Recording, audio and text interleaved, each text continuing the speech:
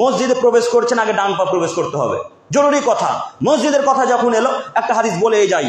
আব্দুল্লাহ বিন আমর ইবনুল আস রাদিয়াল্লাহু তাআলা আনহু একজন খুব দামি সাহাবী, তিনি বলছেন আন্নাহু কানা ইযা দাখালাল মসজিদ, যখন আল্লাহ নবী সাল্লাল্লাহু আলাইহি ওয়াসাল্লাম মসজিদে প্রবেশ করতেন তখন তিনি বলতেন আউযু বিল্লাহিল আযীম ওয়া বিওয়াজহিল কারীম ওয়া সুলতানিল কাদীম মিনাশ শাইতানির রাজীম। এই বাক্য আল্লাহ নবী বলতেন। তো আল্লাহ নবী এবার বলছেন যদি কোনো মানুষ মসজিদে প্রবেশ করার সময় বলে আউযু বিল্লাহিল আযীম ওয়া বিওয়াজহিল কারীম ওয়া সুলতানিল কাদীম মিনাশ শাইতানির রাজীম, এই বাক্য বলে যদি কোনো আদমের ছেলে মেয়ে মসজিদে প্রবেশ করে তখন শয়তান বলে হুফিজা মিন্নি সাইরাল ইয়াম, আজকে এই লোকটা, আজকে এই মহিলা মানুষটা আমার কাছ থেকে সারা দিন নিরাপত্তা লাভ করলো। আল্লাহু আকবার। কথা বুঝাতে পারলাম না? মনে করেন ফজরের ওয়াক্তে সালাত আদায় করতে এসেছেন, ফজরের ওয়াক্তে সালাত আদায় করার সময় ডান পা মসজিদে রেখেই বলছেন আউযু বিল্লাহিল আযীম ওয়া বিওয়াজহিল কারীম ওয়া সুলতানিল কাদীম মিনাশ শাইতানির রাজীম।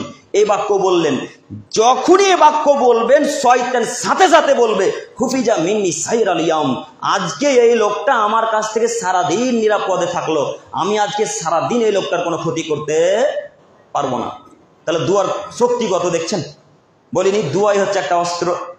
মুমিনদের সব থেকে বড় অস্ত্র কি? দোয়া। শত্রুতে তারা করেছে দোয়া করেন, বেঁচে যাবেন। শত্রুতে মারধর করেছে দোয়া করেন, বেঁচে যাবেন। যে কোনো বিপদে পড়েছেন দোয়া করেন, বেঁচে যাবেন। দোয়া মুমিনের সব থেকে বড় অস্ত্র। রাইফেলের গুলি যত গতিতে যায় তার থেকে লক্ষ কোটি গুণ বেশি গতিতে যায় দোয়া। কথা বুঝতে পারলাম না? তার থেকে লক্ষ কোটি গুণ বেশি গতিতে যায় দোয়া। কাজেই দোয়া করুন।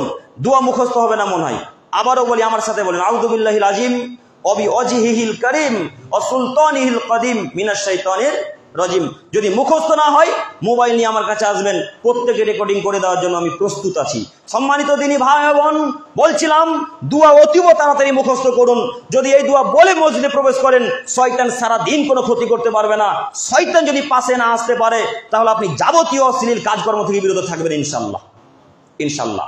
কাজে অতীব তাড়াতাড়ি যতদূর সম্ভব আজকে আসর হতে হতে দোয়া মুখস্থ করুন। চারটা বাক্য। এক আউযু বিল্লাহিল আযীম, 2 ওয়া বিওয়াজহিল কারীম, 3 ওয়া সুলতানিল কাদীম, 4 মিনাশ শাইতানির রাজীম। চারটা বাক্য মনে থাকবে ইনশাআল্লাহ।